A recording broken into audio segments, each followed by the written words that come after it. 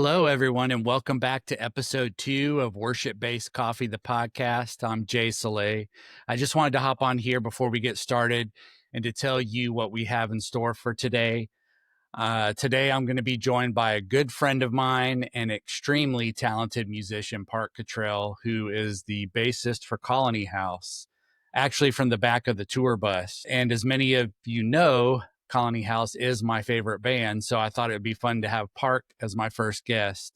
So with that, let's jump in. What is up? Yo, Jay. We How's are it going?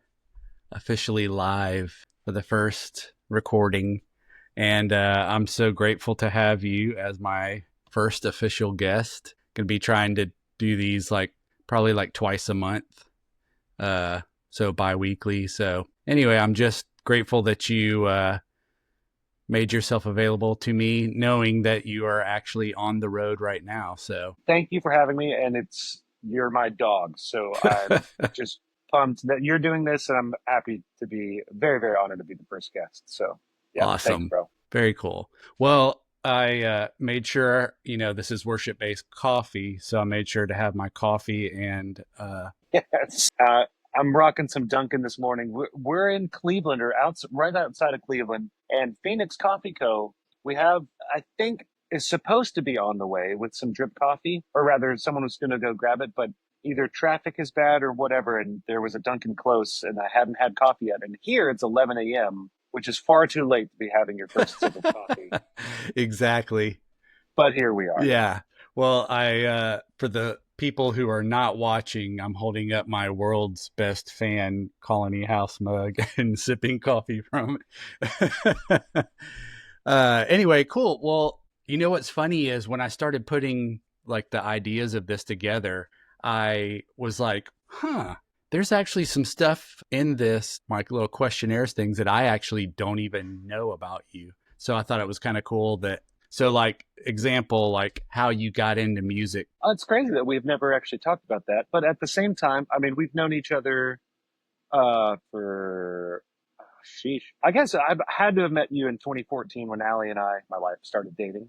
Yes. So that means, a good chunk of time. Yeah. And yet, you know, kids and life and Yeah. busyness and work and it used to, what was it? It was Wednesday nights was psych night with Allie, That's right. back in the day. When I hopped in the picture, I kind of, I disrupted the The consistency of flow. those hangs. That was okay.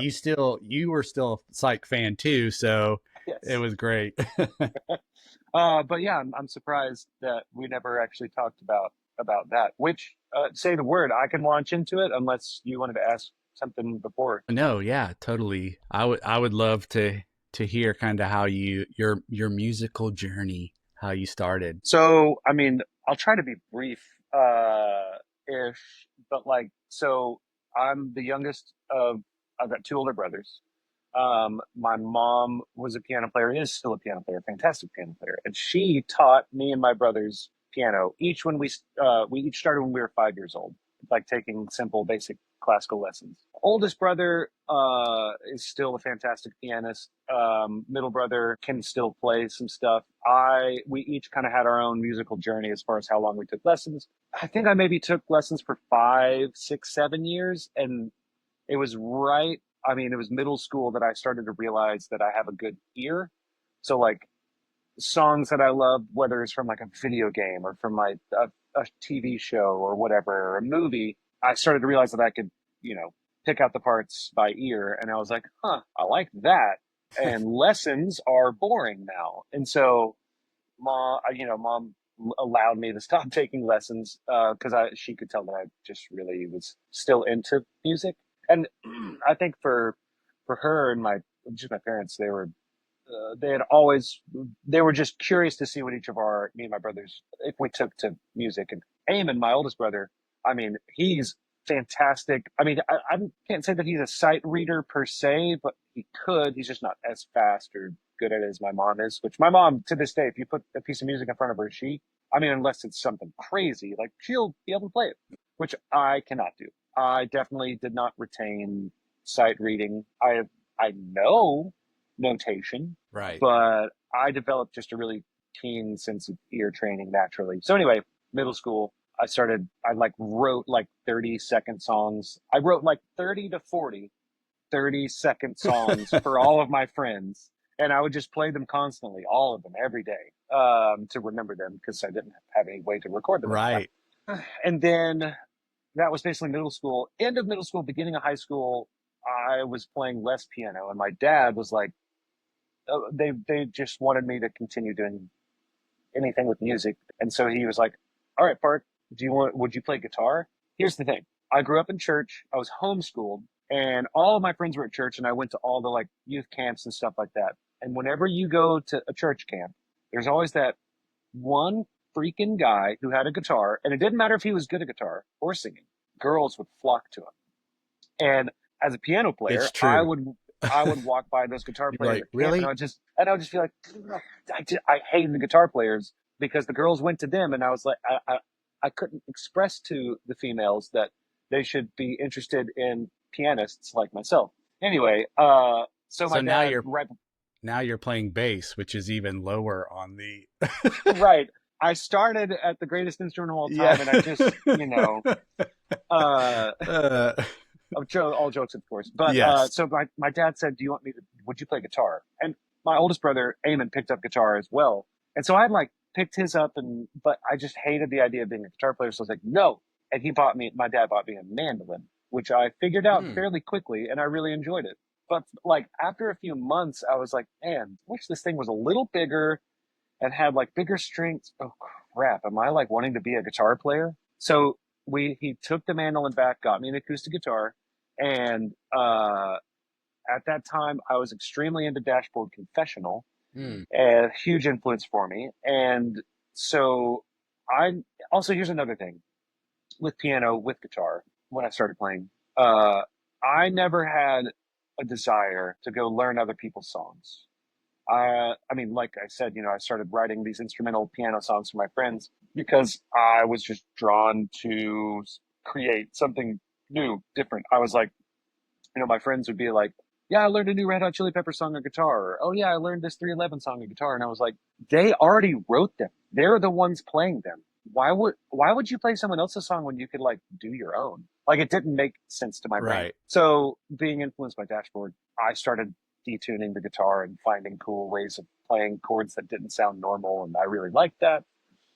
So that was like, I guess, halfway into freshman year. And then like sophomore, or maybe that was sophomore year. I might have gone a whole year without like really spending that much time doing music, as much as I had been. And then once I got an acoustic, it was off to the races for me. I was that kid that a buddy of mine at school kept his guitar in the closet of this one class. And my first two classes of that year were both kind of like you finish the work in 5 minutes and then you just hang out for another hour and a half, basically. So I would go get the guitar. And those two classes happened to be across the hall from each other. So I would finish my work in block one, go grab the guitar, play guitar for the rest of class, go across the hall for my, second class, finish the work really fast, play guitar for an hour and a half, get home, play until dinner, play until bedtime. I mean, I was playing upwards of 6 hours a Nice. day.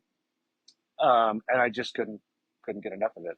And like I started to be on the worship team at church, like for Sunday schools with the high school youth group, and then slowly got connected with the worship band for like the main services. And so I did both of those things for a number of years and inevitably started, a band here and a band there with my friends. Some of them felt more serious, some of them weren't. And then when I started kind of my first real band with two of my buddies, end of high school, we were kind of doing like a post-hardcore like thing, 3-piece like melodic rock, but it was heavy and I was super into that at that time. And when I stopped doing that is when I started writing my own songs and I started my band that was called Seeing Skies. And we were just trying to be Switchfoot. And what's funny is on this side of things, uh, Seeing Skies was started around the same time as Caleb the band, which is now called Colony House, of which I'm a member. And I remember Seeing Skies' bass player, Garrett, he was kind of the dude. He was the smart one. He was like the one booking shows or the one kind of being our manager and the one being like, dude, we should reach out to so-and-so to make shows happen. And I don't know why my brain didn't think to say, yes, you're right. But I remember him sending me a video of Caleb the Band with one of their first singles. Anyway, just funny full circle. That's So funny. did Sing Skies. Then that kind of started to fizzle out right when I moved to Nashville in 2010. I was a hired gun for a handful of years, toured the States with my best friends in a band called Ellen Owen. Played for some various artists after that. All the while, I was doing like a folk solo singer-songwriter project that then eventually folded as well. So Sing Skies, did it for a couple of years, folded. Parke Avery solo project, did that for a few years, folded. And then I was just supporting other artists, and I loved that. And then Colony House called to fill in on bass for the last 2 weeks of their first headline tour. Did that. They wanted me to stick around, so I did. Then I joined the band, and here I am.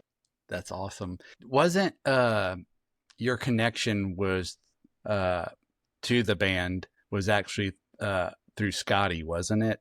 Because isn't he's originally from East Tennessee too? Correct. So me and him both were born and raised Knoxville, Tennessee boys, on literally opposite ends of like the county. And so I'd heard his name. My best friend at church, this guy named Jeremy. Jeremy's best friend at school was Scott. And so I'd heard Scott's name since sixth grade, but I'd never met him until that fateful day when I answered a phone call and he was like, Park, it's Scott Mills. And I was like, what's up, dog? And he was like, hey, well, I guess one fact that I missed a connection with the Colony House Boys is when they were still called Caleb the Band and I was still doing my Parke Avery solo project, they needed someone to open their first club show outside of Nashville. And they were playing Knoxville. And so that was the first kind of connection where Scott was like, dude, you want to open this show in Knoxville? It's like, perfect. Nice. So met the guys. And then I ended up opening 2 weeks they did this tour partnered with their parents' organization called Show of Hope. And it was called the Red Bus Project, where they outfitted this double-decker red bus from London into a thrift store to raise money for blah, blah, blah. And they went to different college campuses. And wow, thank you, Caleb. That's big. My Phoenix Coffee Co. Has arrived. Nice. Awesome. So anyway, there was 2 weeks of this college tour that they would set up a stage on campus and play music. And they were like, hey, will you come open for a couple weeks? And I was like, yep. So anyway, I developed a friendship and a rapport with the dudes. Okay. And so then in that was 2012-ish. 2014 was their headline tour. But anyway, long-winded answer to say yes, Scotty was my connect. And well, I remembered so when we had first met, I remember you actually mentioning that was kind of how you had that connection was through Scotty. But I didn't know like the story of like how you actually knew him from Knoxville. So that was kind of cool. So when you was Ellen Owen like really your first like touring, like going across the country kind of thing? Yes. And for the listeners, Ellen Owen's a husband and wife duo. They kind of had a breakout success moment when the first season of The Voice, they were like the only duo. They got on Blake Shelton's team. They had this moment. They had already been releasing music and touring regionally, and then that kind of allowed them to then go national. And I've known Josh. Josh is also a Knoxville guy.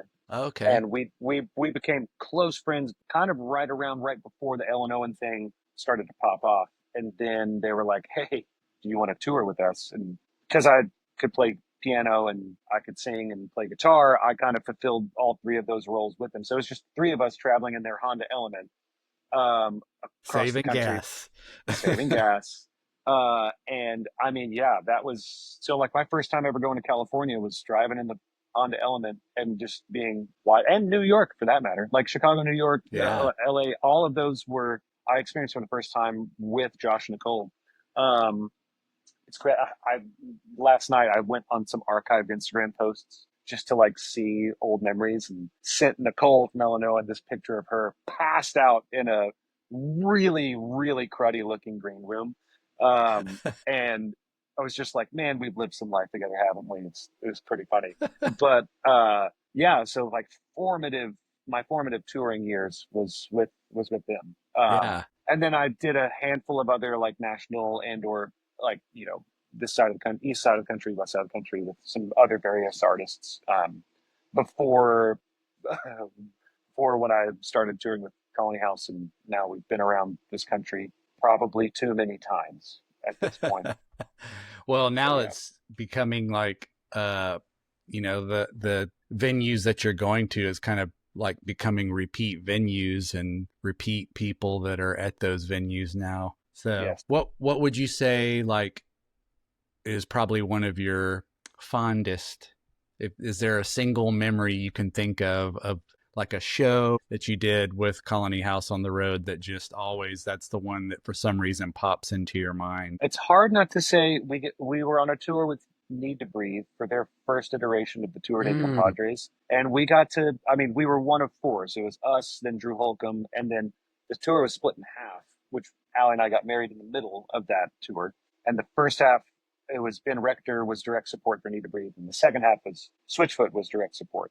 Well, basically, I think one of the first shows back after Allie and I got married, Switchfoot, which a huge influence for all of us in Colony House. yeah. We've got to play Red Rocks, Mm, and that's a pretty other experience. Even though the sun was still up and this all the seats weren't filled, that doesn't matter. Like the yeah. reverence that that place just like demands for everybody, including people on stage. I mean, it's absolutely incredible.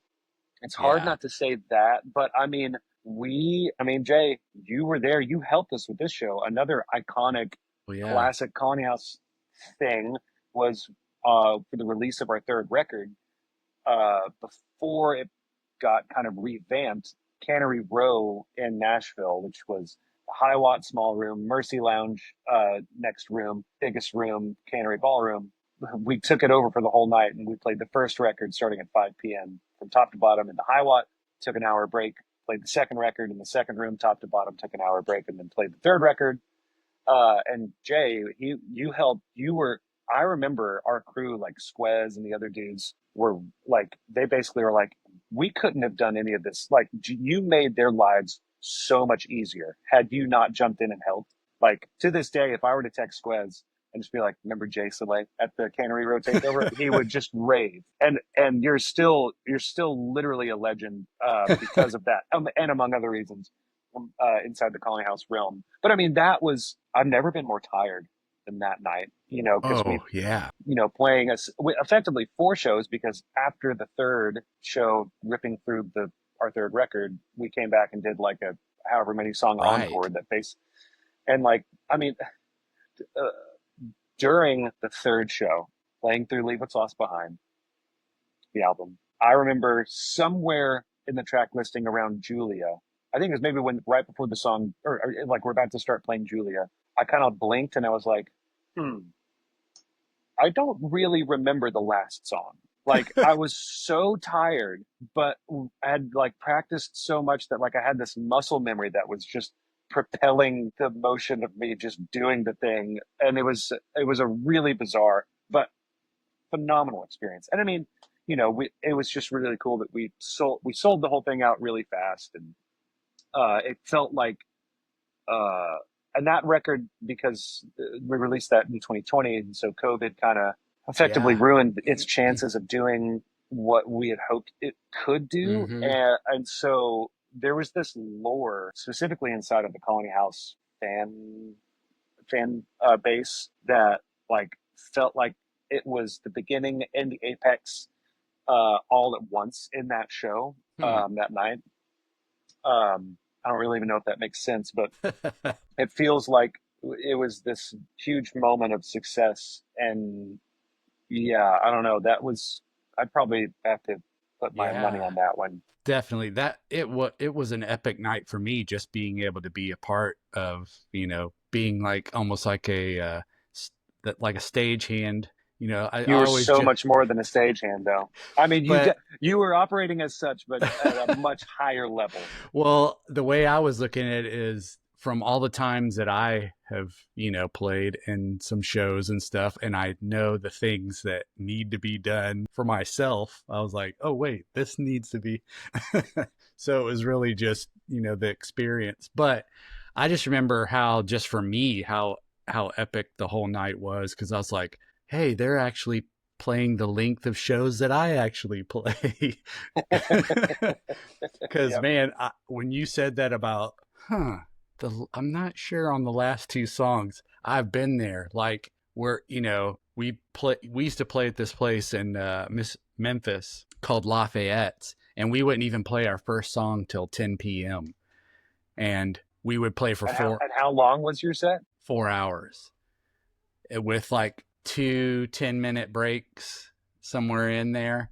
And the worst part about it is, like, Beatles tunes, especially the earlier years, dude, they're like 2 minutes and 40 seconds. Right. And so you're like, how are we going to make 4 hours worth of music with songs that are only 2 minutes long? Not to mention that the way that so many of their songs are crafted too, obviously, is like, I mean, some songs can be basic in structure and progression Right, and parts, but most of them right. are, as you know much more well than all of us, especially bass wise. It's like, But geez, yeah, they I just are know. going, they're going to town with these parts. They are not So for the faint of heart. yeah, oh, for sure. So what would help is, as we got into the later year, you'd have like a song that was 5 minutes, and then you could have like three guitar solos in it and Yes.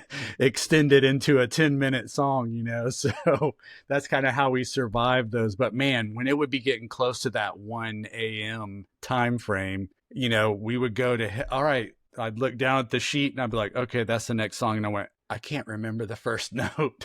And then all of a sudden they'd be like, 1, 2, 3, 4. And all of a sudden my hands would just kind of do what they were supposed to do. I could, Which let's talk about that for a second, because that happens all the time for all of us. We've all talked about it, like, especially like I can only imagine for Caleb with some of the songs like Julia, for instance, where not only is the guitar part intricate, but he's also got a very intricate rhythmic singing part that's like yes. filling in the gaps. And there's so many times where after a show, it's like, dude, great show, high five. And it's like, yeah, right before I started singing, I forgot the words. And it's only because of the repetition that as soon as like that, you hear that one thing that like Will does, or the count off reminds you, or whatever it is, it's like Yeah. we have these little moments that remind us, like, right, I'm supposed to do this right. Okay, now. And the fact that we're able to still pull it off. Sure, sometimes we might be off by a millisecond or a couple notes. It Sure. depends on the night. But like, it's an amazing thing to like. Music's crazy. Live music It is insane. is. It is definitely. You know what? Something I was going to ask you, you were talking about learning the guitar, and then you kind of, obviously you were asked to come in and play bass. How was that transition for you? I mean, I know there's a lot of people who are guitarists who play bass, but now, obviously, now that you've been playing the bass for a long time, you know that playing bass is a lot more than just, playing the root notes kind of thing. So, Well, it was the funniest thing because the year leading up to when Scott called me to fill in on bass for the last 2 weeks of the When I Was Younger tour back in 2014, the year leading up to that moment, probably once a month, maybe sometimes more, sometimes less, I started to get called to play bass, whether at church or mm, like I did this tour with a well-known Nashville artist, like OG singer-songwriter named Matt Wertz. And I did a tour with him, and it was just the two of us. Like, we built this little like drum machine station, and I switched oh, off between cool. electric and acoustic and bass, depending on the songs. And like, I remember every time I would get asked to do something on bass, I kept being like, who's the genius that's telling people that I play bass? Like, I mean, sure, I can play the root notes, but like, for reference, I'd always, ever since I started playing guitar, I'd always wanted to be a guitar player, either in my own band, or it's just like that's what I had the most passion for. So as this, 2013 to 14, I started getting calls for bass. So it's just like, who is it? Who's telling people that I play bass? I mean, each time I enjoyed it, but I was just like, why is word getting out that people should call me? Because at the time, my roommate, who is still one of my favorite bass players, a guy named Randall Scruggs, I held him in such high esteem. He's still my favorite bass player to this day. But I kept yeah, being like, why isn't he getting the call? And I mean, sometimes I couldn't do it, and I'd be like, Randall, you want to play? But I mean, it was just the strangest thing. And then when Scott called about the Colony House thing, for reference, another thing that last night I was going through old Instagram posts when they were Caleb the band. I went and saw them play. Like, even though they were my friends, like, I was a fan of Caleb the band, of Colony Nice. House. Saw him at Third and Lindsley for the Lightning 100 Presents in 2012. I saw him play at the Rutledge. Like, I was actively just like liking their music a lot. And so whenever they called, what he called, it was like, I mean, my immediate answer was like, well, duh. And I was actually on tour with Matt Wirtz at that time. I remember, I think I was in the West Coast, and they're like, okay, cool. I was jumping in the middle of this tour, so they were getting me a board mix from the live show that I could learn kind of the live set or whatever. Right. But there was no rehearsal, right? So like, I got off the road, I was woodshedding the songs in the back of the bus on the Words tour, the Colony House songs. And then I got off the road. I think I had a few days at home, and then, or maybe I had like a week at home. And then I drove down to Birmingham, Alabama. They were playing the Bottle Tree, which is no longer there. Super sad because that venue rocked. It was a sick club in Birmingham. I might write a song called Bottle Tree. I was thinking about that the other day. That's awesome. I saw them play. I saw Stuart Doka, who was their bass player at the time, play, and he was coming off the road to get married.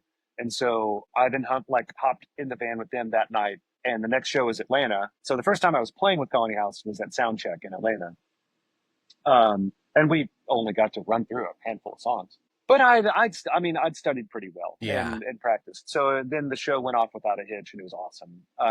But the transition from guitar to bass it was strange because I absolutely never would have thought that I would be a bass player in a band. It was Right. not something I was pursuing. I mean, I was borrowing Randall's bass, our tour managers, Sans amp, DI, and Stewart's amp. The classic So, Sans amp.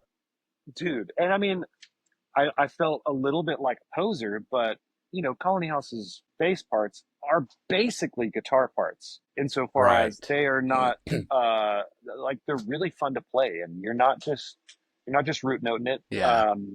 Yeah, like Silhouettes I always think Yeah. about that, how it's kind of doing that melody along to what Caleb's singing, Yes. And so like, it felt like an easier transition because it was effectively like I was playing guitar parts on a bass. But I was just kind of like, I went into it really open-handed and just kind of being like, dude, I mean, not only do I love these guys, I'm a genuine fan of their music, that had like moved me. The music moved me. And sure, like I'd kind of at that point gotten to this spot mentally where I was like, I'm following breadcrumbs, man. Like, I've always known that music was it for me. Like, when I started playing piano as a 5-year-old, I immediately was like, well, I love this. Everything about music, I eat it up. I just can't get enough of it. And it's more true today than it was then. And it was extremely true then. And so, yeah, I just kind of felt like following breadcrumbs here. And, I toured with them as not an official member of the band for a year and a half or 2 years until they officially asked me to join. Yeah. And so then it was just like, yeah, dude, this felt like what home. And what also maybe felt like something unattainable. Like, how many people can say they're in a rock and roll band and that's their job? That's what I had always wanted to be able to do, is be in a rock and roll band as my job. Now, originally, maybe, sure, I had envisioned myself being the singer and guitar player, but something I didn't really touch on fully, I'll just briefly touch on, is when I was doing my solo folk Park Avery acoustic thing after Seeing Skies, my Switchfoot-esque type band, after that folded and I was doing this solo thing, I actually got some pretty great opportunities to like open for Ellen Owen and then play with Ellen Owen on the road. So it's like, they're paying me to be their band guy and I get to open and play my own music. Yeah. And I quickly realized that my heart really wasn't in pursuing a solo venture. Like, I would play one song of my songs, look down at my set list and be like, gosh, I can't wait to stop playing my songs. And I can't wait to start playing Ellen Owen songs, which is a really crazy pivotal. I mean, it was a life-changing moment of like, okay, I think what I thought I wanted to do for years and years and years is actually not as fulfilling as I hoped it would be. And what is fulfilling is using my gifts and talent to support this other people, and make better their music. And so when you fast forward and I'm in Colony House still, it's like, and I've got side projects out the wazoo that Yes. I still have tons of fun doing. But like my focus is being the best bass player and singer and keys player that I can be in Colony House and pushing the envelope with the Yeah. boys. So Well, you saying that, so since you have gotten into that, are there any like people that you can think of that maybe have helped develop your sound as a bass player? Like maybe I'm just curious, like as far as bassists. Now, I know you don't. You were like, oh, at least when I was younger, I wasn't trying to learn parts, but like just as far as like inspiration, as far as like cultivating your sound and uh with yeah, gear and all that. I think it's a tricky question only because it's similar. What like the whole? I still feel like I'm doing the breadcrumbs thing, Yeah. where uh, even with guitar, like I mean, when I mentioned dashboard being such a huge influence when I started playing guitar, that's the only kind of guitar thing that I remember that I can pinpoint still, where I'm like, ooh, that inspired me. Uh, as a bass player, my old roommate and one of my best friends, Randall, he inspired me. He still inspires with the way that he plays. But like I think for me, uh, it's like a long process. Like Scott is an amazing bass player as well, and he gave me pointers early on. He's still in the studio, especially. He's a great like bass. He writes great bass parts and helps write great bass Nice. parts. And, each producer for each album that I've been a part of along the way has had their different kind of things to say, and I'm just always like taking notes from Chad here. I'm taking notes from Ben there. I'm taking notes from Joe there. And kind of like an amalgamation of that is where I've ended up now. But I think I naturally have kind of maybe, I'm just always inspired by brash. Um, and maybe more what's the word, I mean brash is a good word, but like I'm always finding myself being drawn to like aggressive tones and parts Mm. first, which I would rather overshoot something and dial back the tone, dial back the Right. part, which is funny because in the studio I feel like I do the opposite, where I'm like I can be really timid. If I'm under the gun, I can be really timid and just kind of play the basic thing. But like if left to my own devices, I'm searching for the aggressive tone and part that just inspires me. Um, Yeah. I don't know if that's a good answer for your question. No, definitely. Uh, I at least, if you want to say like from the outside looking in, I always felt like there were times that you would like do things on and you're playing, and I'd be like, oh wow, I just watched a video, and the bassist from Mute Math was talking, and he was saying, this is what we did when we recorded. And I'm like, huh, that's exactly what Park said that they did. So, Gotcha. like a perfect example, he was talking about how he just has a P bass, flat wounds on it, and but he would plug into a guitar amp instead Yeah, and mic it. And I just was like, at the time, I remember thinking, huh, that's exactly what they're doing. I was like, maybe it's just some of the stuff that in the industry that like engineers are kind of like getting into and stuff like that that kind of shaped that. But I just thought it was cool from that, the outside looking at it and seeing that. totally. And I mean that's still stuff like today. I mean, we're working on our fifth project right now, and there was one song where talking to the producer engineer, and he was like, "What do we think for bass?" And I was like, "We should totally do the guitar amp thing again." And we tried it, and it didn't work, which is fine. And we did something different, but it's like it's also just, especially in the studio, it's just about trying things. Yeah. Like I can't tell you how many scratch track versions, guitar and bass and vocals even, that we would go through different iterations as placeholders to get us inspired enough to do the next thing so well that then it inspires like, and we just continue elevating the thing.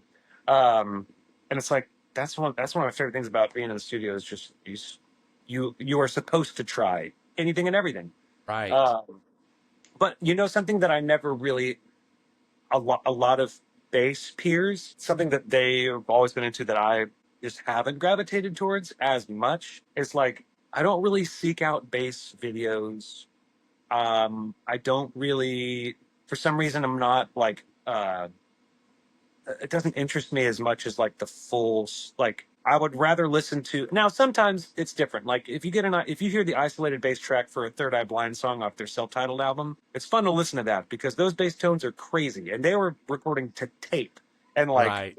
it was either a song it was either Graduate or another song where like they had a bass sound and a bass like this bass, that amp, these pedals for the first half of the song, and then they cut the tape and had for the rest of the song a different bass, a different set of pedals, and a different That's amp. crazy. And it's like, think about that. Like, Yeah. who does? I mean, nowadays, with in the digital world, it's No like, well, kidding. sure, yeah, you can have as many tracks as you want, but like thinking that you had a bass track and you cut that literally on tape, it's wild.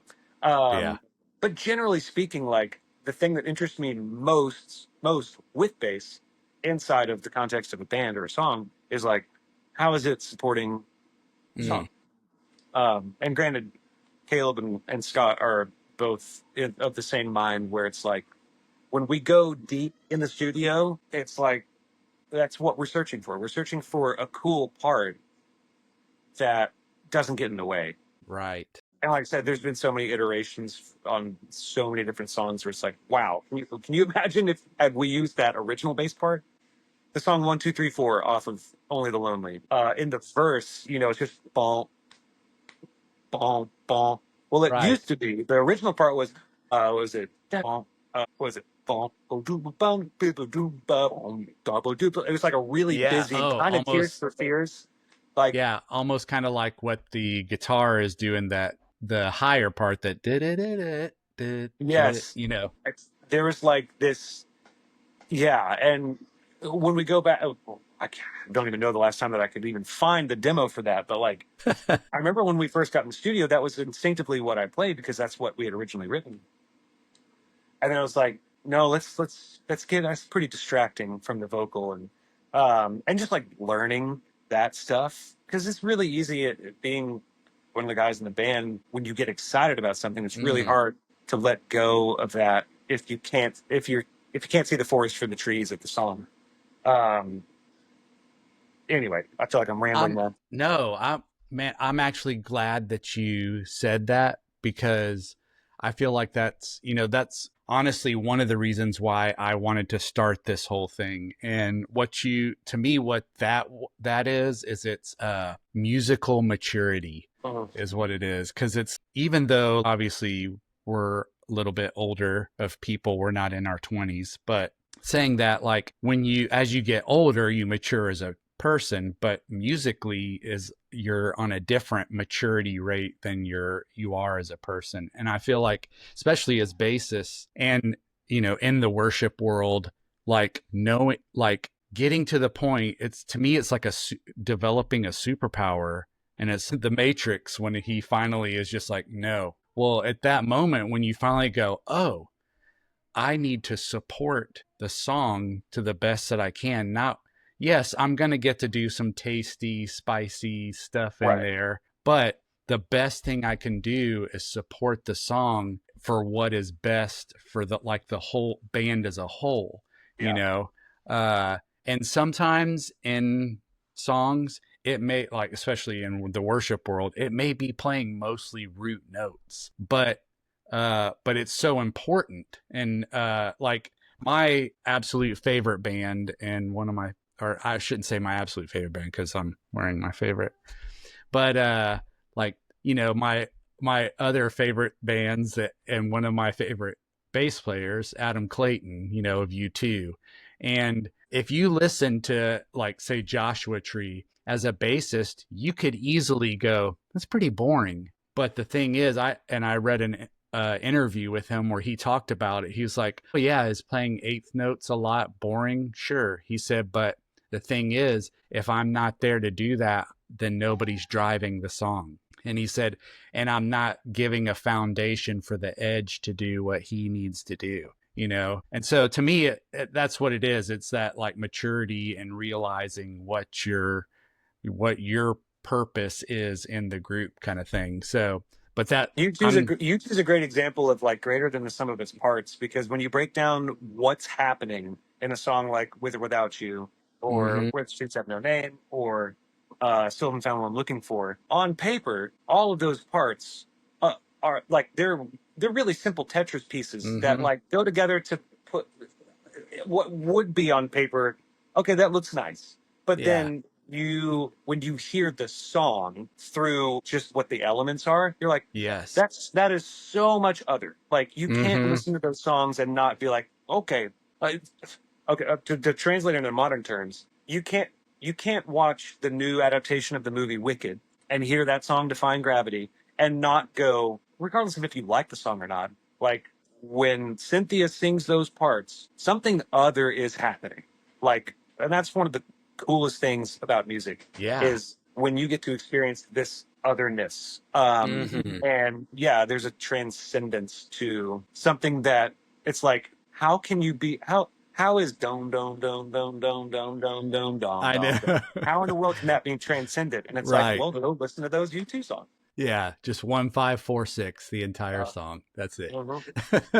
Yep, yep. But the thing is, it's so funny, you don't realize, you get to the point to where you don't realize he's playing that whole song like that, because the song is just building and building and building, and it's just getting bigger and bigger and bigger. But yet he plays the exact same thing the entire song, and you don't realize it because of that foundation that he's making, and it just builds up. But so, saying that, I'm glad that you brought that up, because I've been trying to, for young aspiring bassists, for worship, like that's been a thing I've noticed a lot, is sometimes people overplaying, Right. and it's Yeah. like, okay, I mean, there's, chops are great, but groove is more important, so anyway, I appreciate that you said that.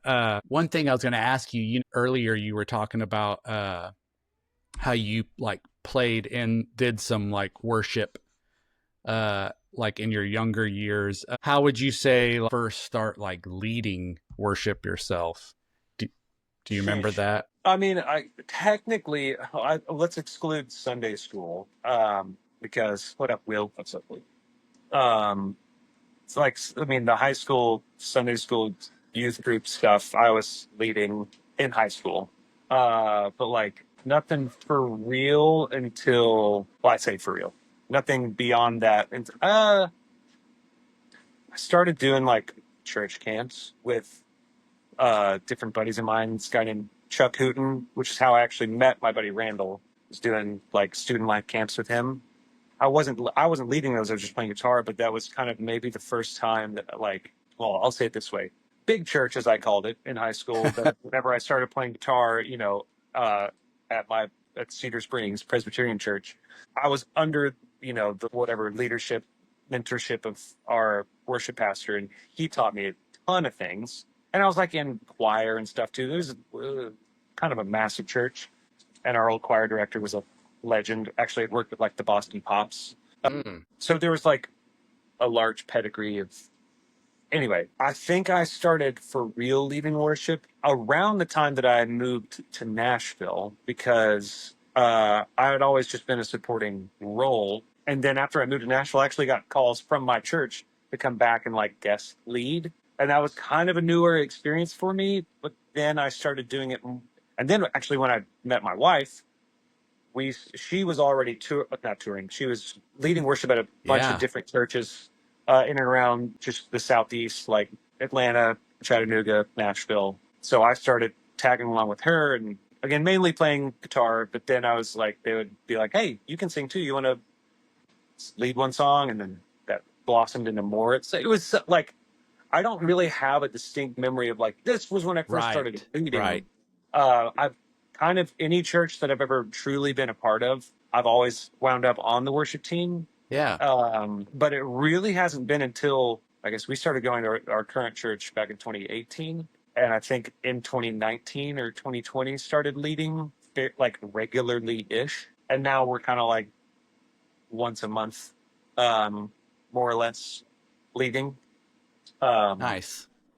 Yeah, And I wish I had more of a defining like it was this oh time, but yeah, I just Like I've lived Sure. it's being in worship, like being on the worship team. It's just it's not even a prerequisite. It's just like I've always wanted to. I've always liked being a part of worship teams. It's also like I don't, maybe this sounds lame, but it's really grounding to like be a volunteer, like on a worship band with all sorts of people at various skill levels. Like it's a Yeah. good thing to do that as a believer, in my Yeah. opinion. Like if you're a musician that's doing music outside of the church, but you're still a part of it at your home church, like I think it's wildly valuable for so many reasons. And I would attribute a great deal of maybe my quick to listen, slow to speak in musical settings to the degree to which I continue to be involved in music at my church. Maybe that's a young thought, but I Yeah. would say that feels true.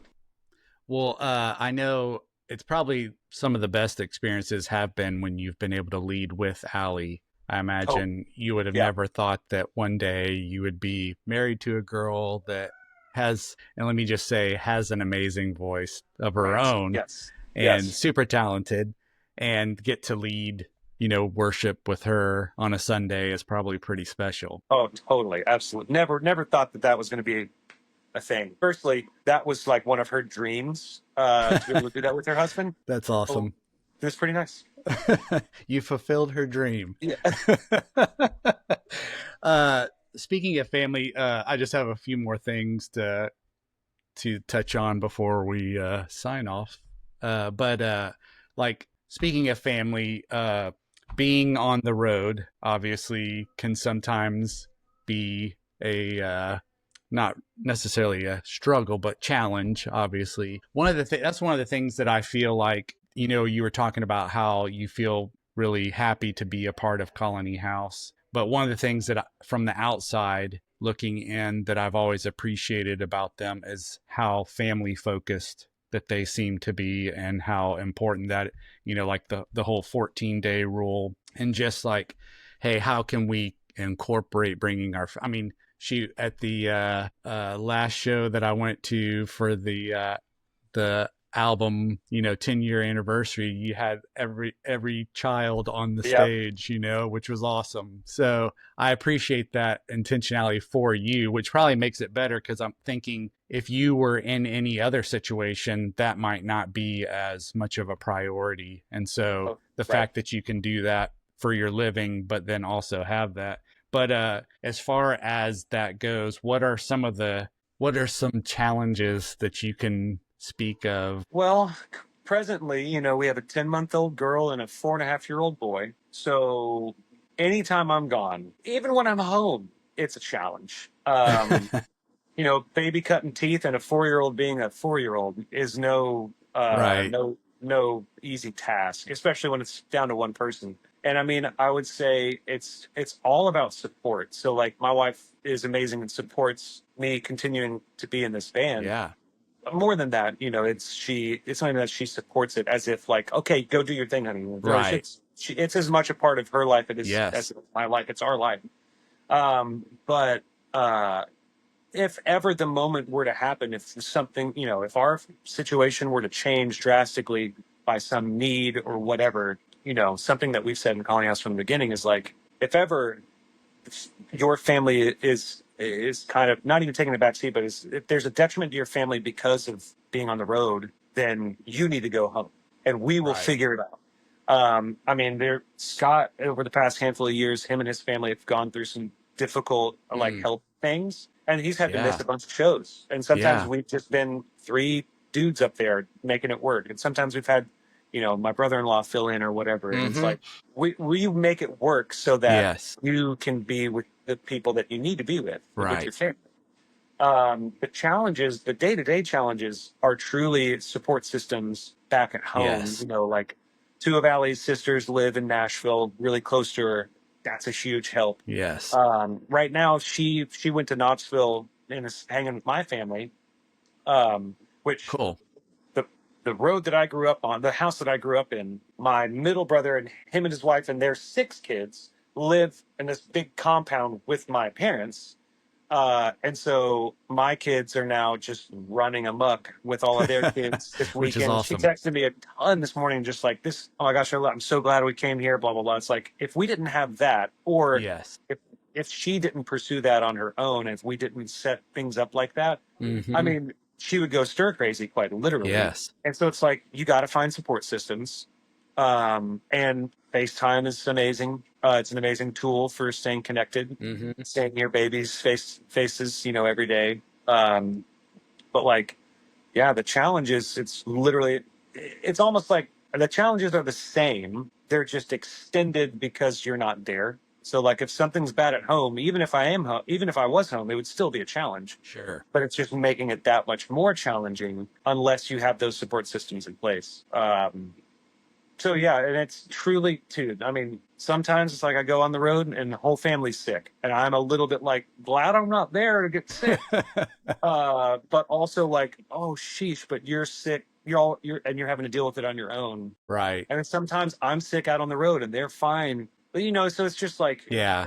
there's so many iterations under the sun, and Hmm. it's really a matter of staying connected and having support.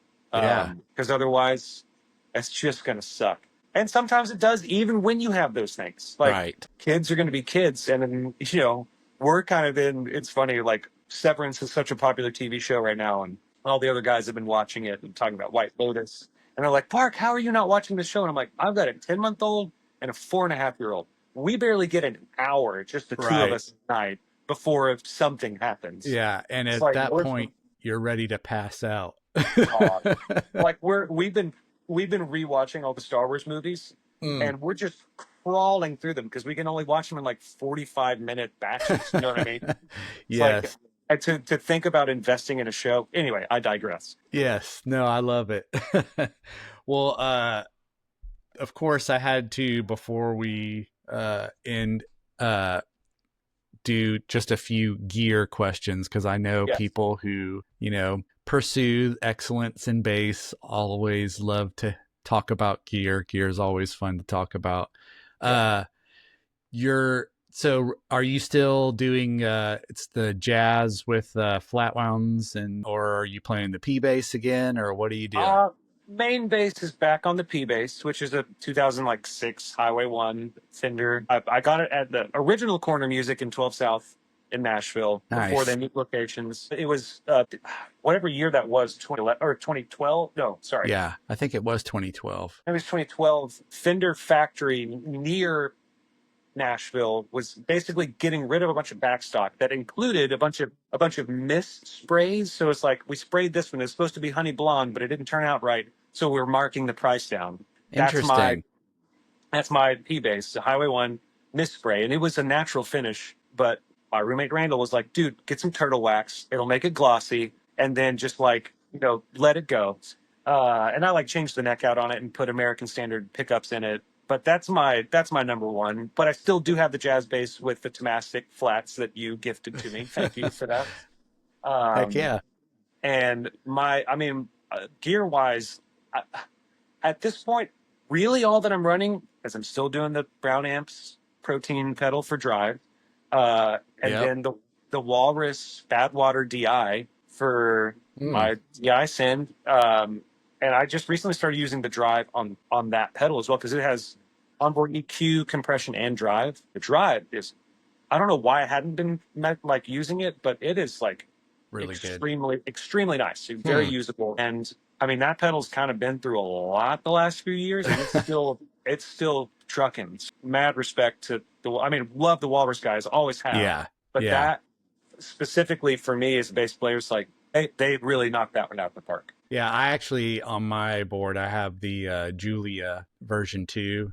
I just, for chorus, it just has a great sound for bass. Just like for when I want to do some real, like during quiet moments, when I want to come up high, man, it just, you can play a little bit of chords, and it Yeah. just kind of, it fills, sounds really good. I love that pedal. Yes, Uh, sir. Anyway, I guess to end it, since you're drinking your coffee there, I did want to ask you, what is your like go-to coffee right now? What is your So we keep. Uh, I'll answer this way. when I'm home, we pretty much almost exclusively do pour overs, Nice. Whether it's through Chemex or sometimes I'll do AeroPress. Like first thing in the morning, I'll do like 10 grams through an AeroPress just to kind of get me going. And then once Allie and everyone's awake and we've all worked, exercised and we're getting breakfast Yes. going, I'll make a pour over for us. But we love the beans from the well. But Um, yeah. and I mean, Allie used to work there, Hmm. so we've just long-standing relationship with the owners and the people that work there. But I mean, I think maybe the best coffee in Nashville is Crema, but I would say just underneath that is the Well. Nice. Like just in strictly beans, how they roast them. Yeah. Like we exclusively keep the Well coffee on hand. That's Um, awesome. I love Dose coffee. I love Crema. I love Sump as well, but I would say the well beans are what Yeah. we forever keep in our home. Um, it's something that I was just talking to someone recently. I've never owned the Kalita Wave brewing system, Mm. but some of my favorite cups of coffee I've had on the road have been brewed through Kalita Wave. So at some point, I got to get it. You're gonna get one. We Yeah. recently, I got a very, it's kind of a more inexpensive espresso machine, and it wasn't that that expensive. It's pretty small, but just make I've been making like lattes with it, and so it's just been fun to Yeah. like learn the whole espresso thing and Yeah, dude. steaming the milk and all that kind of stuff has been fun. Absolutely. Also, I was going to ask you because I know, obviously when we were talking about going on tour and like going to some of these same towns, like repeat. Is there like one coffee shop somewhere in the US that sticks out as like kind of like uh the Dude, I coffee mean, shop? well, I mean, depending on the state. So the original drummer for Judah and the Lion made. He's a big time coffee drinker, and Okay. he started marking all these third wave coffee shops across the world that he had been to, and then he shared that coffee map with a friend of ours, and then shared that with me, and I've shared it with a few other people. So literally, when I wake up in a city, I'll open Google Maps, and I'll zoom out to see if there's any of those little like Nice. turquoise colored dots that represent these kind of like stamp of approval, like this is a good coffee shop, which is Phoenix Coffee Co. in Cleveland Nice. is that one today. But I mean, what's crazy is the first one that it's not crazy. First one that comes to mind, Detroit, Michigan. There's a place Hmm. I think it's still there. It's called Astro Coffee. Real small coffee shop. Hmm. They don't roast, or at least when last time I went, they weren't roasting their own beans. They were just sourcing them from fantastic roasters, including, oh no, I'm going to blank on the name, George. Uh, it's like kind of one of the dudes that's attributed with starting the third wave coffee Okay. movement and like the lighter roast thing. George Howell. Um, like they had George Howell beans. They had like Verve from California, which is a great one. Las Vegas. What's that spot called? It's Vesta Coffee. Amazing spot in Vegas. But Astro, I remember the first time walking in there and being like, it was George Howell coffee brewed through Kalita Wave, and I remember being like, what? I can't. This is insane. Like I'm gonna have to Um, get one to go. yeah, that one sticks out. Vesta in Vegas sticks out. Verve is a great one in California. Art Coffee up in Portland, Oregon, Hmm. fantastic. A lot of good coffee up in the Pacific Yeah, Northwest. that's I've heard that. And then like I'm trying to think of some of the other ones. Those are the ones that stick out in the States. The greatest cup of coffee I've ever had in my entire life was located in Wales. Hmm. And it was this breakfast brunch spot called the Plan Cafe. And I really like Ethiopian coffees. And I ordered I was just like, this looks good. I want to try that. And typically it's pour overs for the light roast thing. If you're in third wave coffee culture. So and this one they brewed through a French press, which is typically what you brew for a really strong dark roast coffee. Hmm. And when I tell you that it tasted like peanut butter, in the best way, it was the craziest. And granted, it was paired with an amazing brunch, so like everything was busting on all cylinders. But that cup of coffee, and if Scott were to walk in the back lounge, he would be like, "Oh, you're talking about the Plan Cafe again?" Like I've said it so many Like times, but yes. like Dude, it is just yes, yes. Gosh, it's such a good cup. You know what's close-ish to y'all, closer to y'all than it is to Allie and I. David do great coffee. Is Bradley Mountain. Yes. We That's just great. went there. So this past weekend, or no, it was this past weekend. We went to eat at Mama Mila's. Which I've still never been. Dude, it is ridiculous. Uh, the greatest thing about it is that they import all of their pasta from Italy. So like it is the strangest thing, and it's like, okay, yeah, we've been doing pasta wrong, because like I'm telling you, the piece of lasagna that I had was like this big.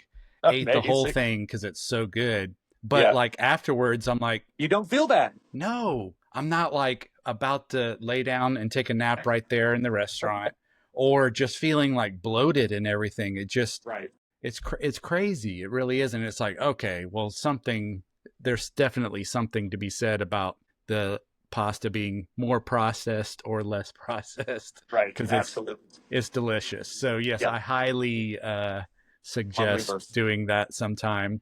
But then it was great because afterwards we were like, oh, let's just hop next door and sit and have a cup of coffee, and their coffee is delicious, and that place is just, the They're vibe awesome is there. just it's great. I love it.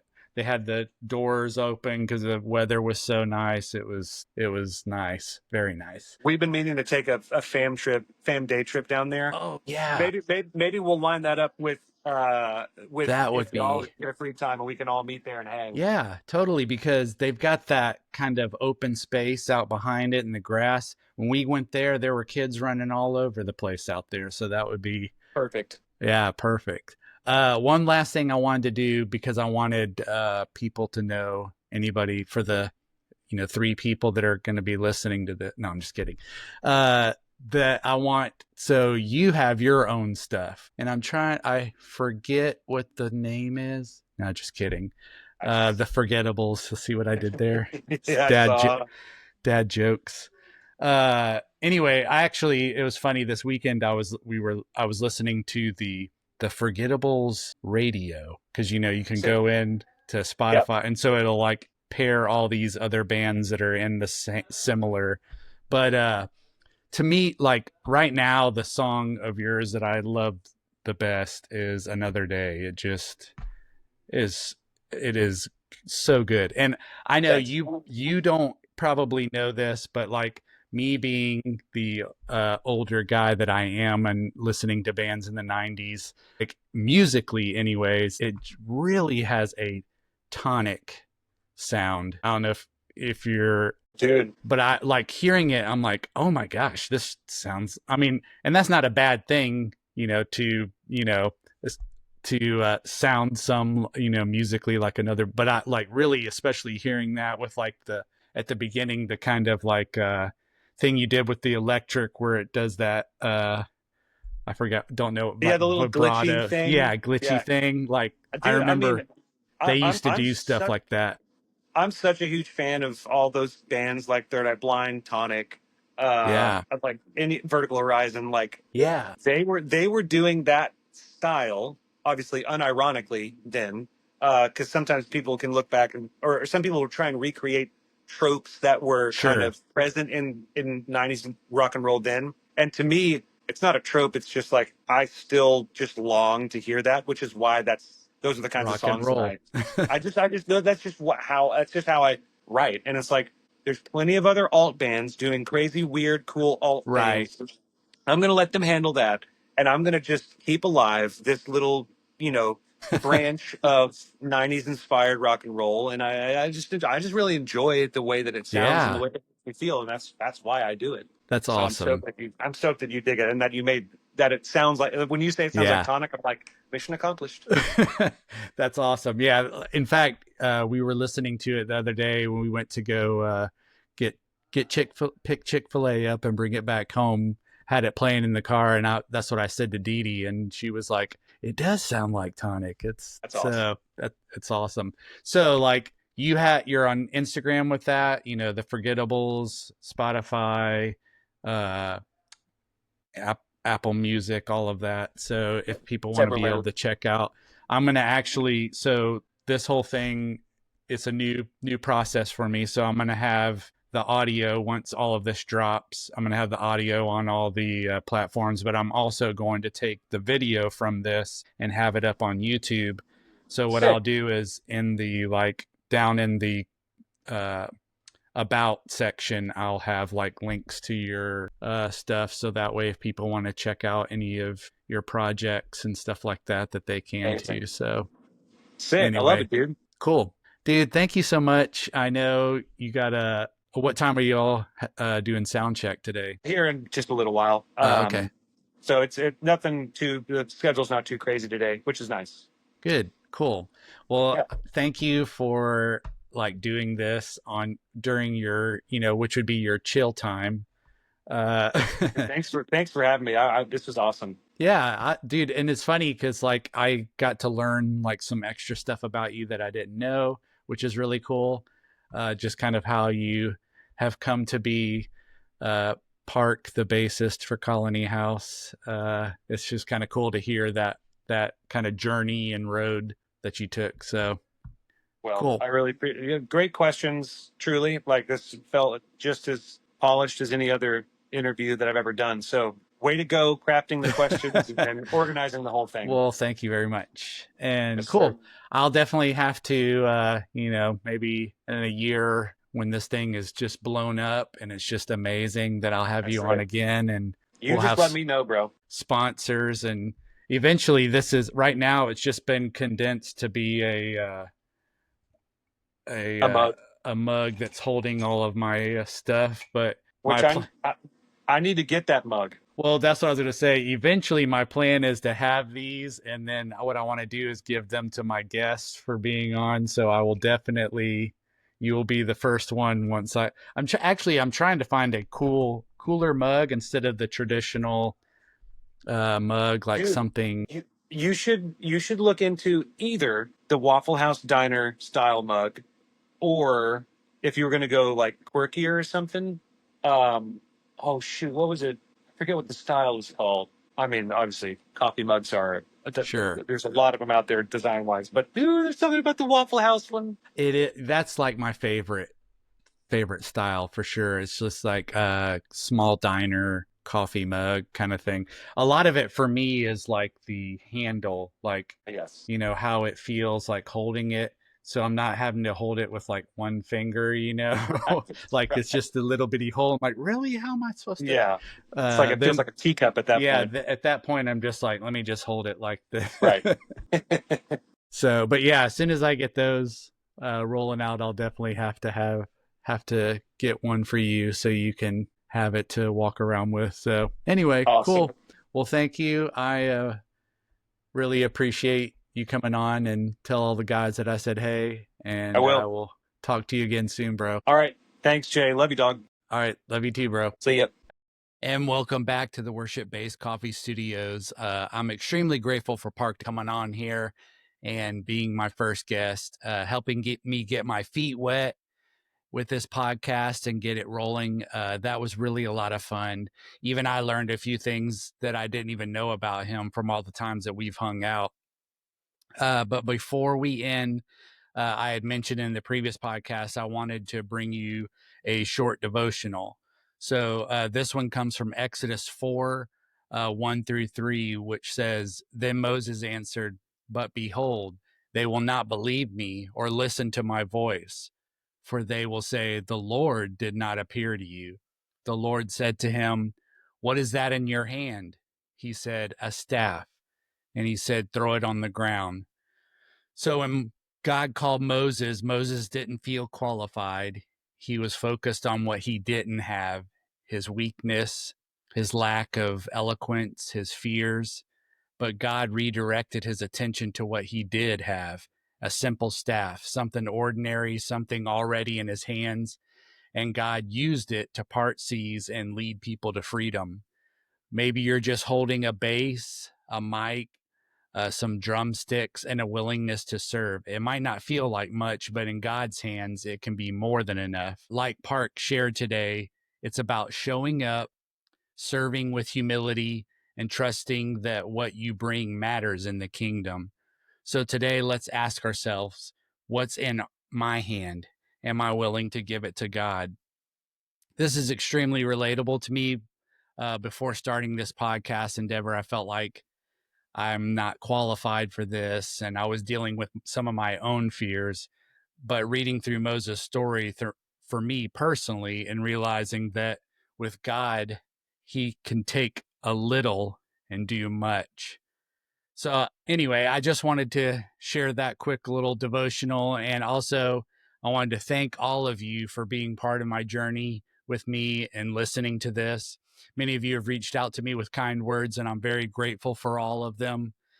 Like I mentioned in the end of the podcast, I will be putting up all of Park's links in the description on YouTube so you can check out any of them. And if you're not on YouTube, you can check out The Forgettables and Colony House. Both of those, including Park's, are all on Instagram. So you can follow them for all their endeavors. And also in September, Colony House will be releasing a new album, and it's a part one album, and part one of the tour will be starting. And so I personally will be going to see them in concert for sure, at least at one of the shows. I haven't figured out which one I'm going to go to yet, but I'll definitely be going. And if you have the opportunity to give any kind of reviews on the podcast, however you're listening, whether it be Spotify, Apple Music, any of those, it would really be helpful for me trying to grow this some more.